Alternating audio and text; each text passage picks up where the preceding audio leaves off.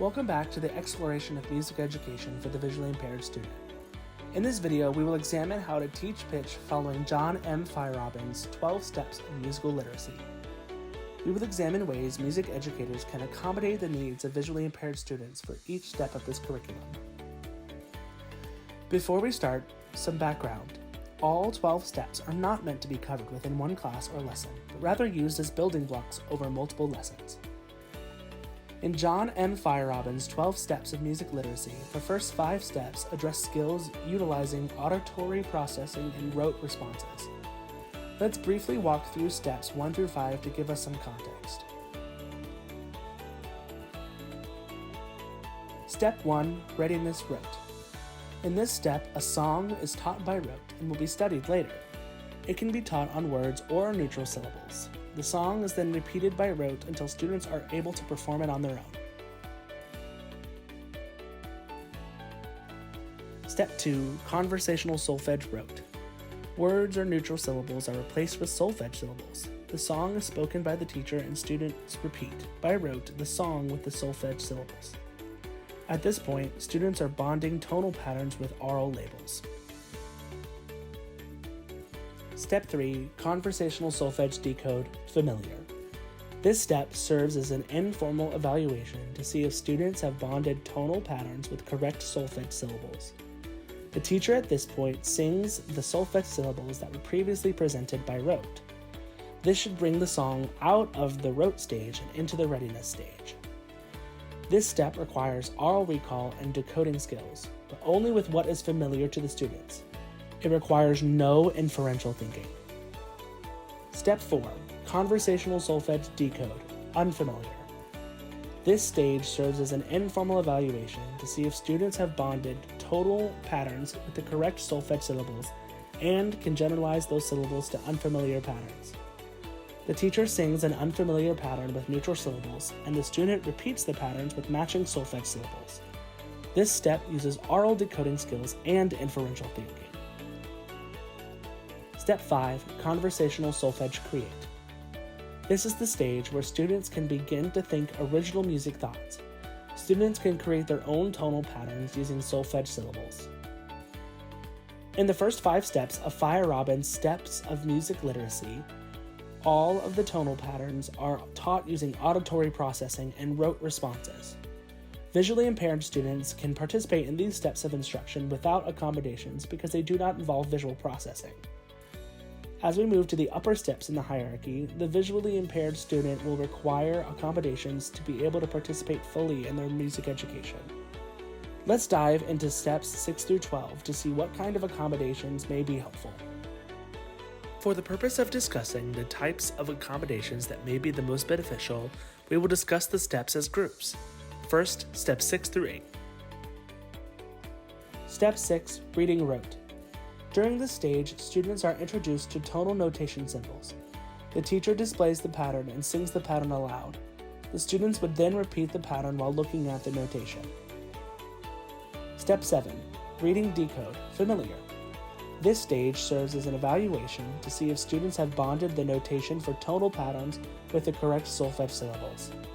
The teacher presents the student with notated tonal patterns and asks the student to sing the patterns aloud using solfege syllables. The patterns at this step should have been presented previously.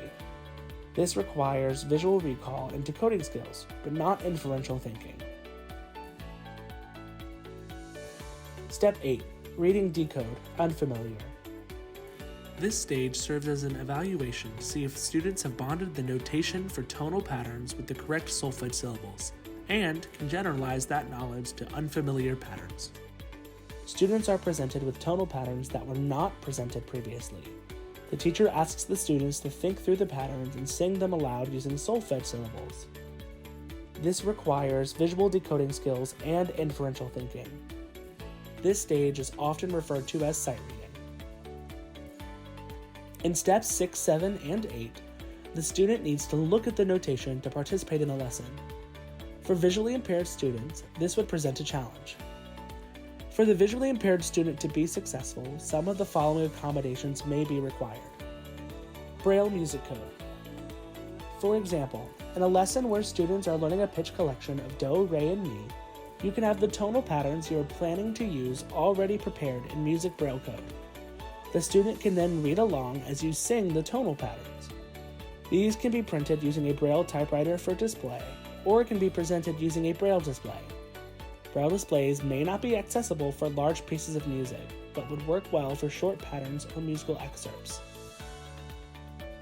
You can use various video magnification devices or software to enhance the size of the notation so that it can be better seen by the students. You can also change the color or shade of the music notes or paper that the notes are printed on. This helps students who may be colorblind or have low vision better distinguish the notation. Products such as Limelight or Ligerio, produced by Dancing Dots, can notate music and change the color of the paper and the staves to make sure that the music is more accessible. Let's continue through the hierarchy of Feierabend's 12 steps of music literacy and take a look at the last 4 steps and see what kind of accommodations can be made. Step 9, Writing Rote. During this step, students begin to learn how to write tonal notation.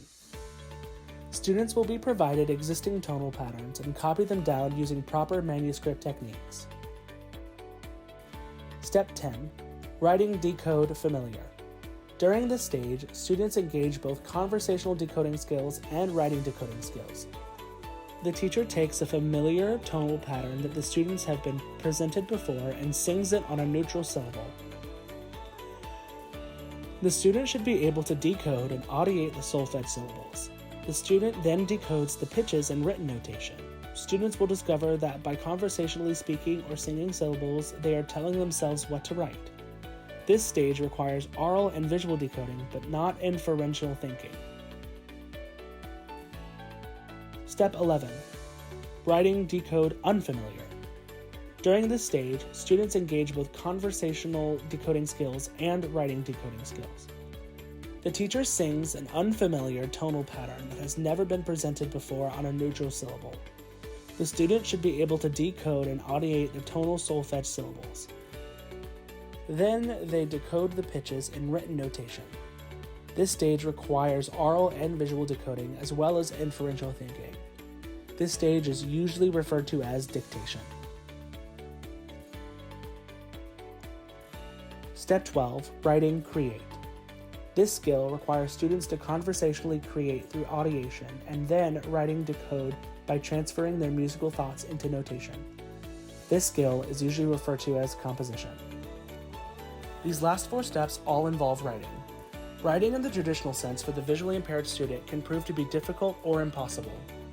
For the visually impaired student to be successful, some of the following accommodations may be required. Consider the usage of a Braille typewriter. Braille typewriters, such as the Perkins Brailler, can emboss the Braille cells by punching them into a sheet of paper. This allows students to type and turn in their work immediately on a sheet of paper. The logistical drawbacks of this is that most physical Braille typewriters or embossers are not easily transportable and too bulky to move from one classroom to another. Another drawback is that when a student uses a Braille typewriter, it of course only types in Braille. So unless the music teacher is proficient in reading Braille music code, the teacher would have no way of reading the assignment. Consider using a digital Braille display, such as the Braille Note Touch Plus 32 tablet and note taker. This device can be used like a Braille typewriter in that students can take notes on it. However, the notes taken pop up on a digital screen, allowing the teacher to read what is being produced. For low vision students, employing magnification displays to help write on the staves would be an easily accessible accommodation to make. Participating in music curriculum presents unique challenges for the students with visual impairments. Utilizing accommodations can ensure that these students are able to fully participate in the curriculum.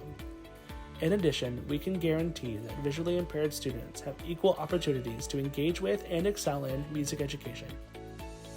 Thank you for watching. I hope you found this video both insightful and informative. Stay tuned to this series as we continue to explore adapting music education curriculum for the visually impaired student. Until next time, take care and keep learning.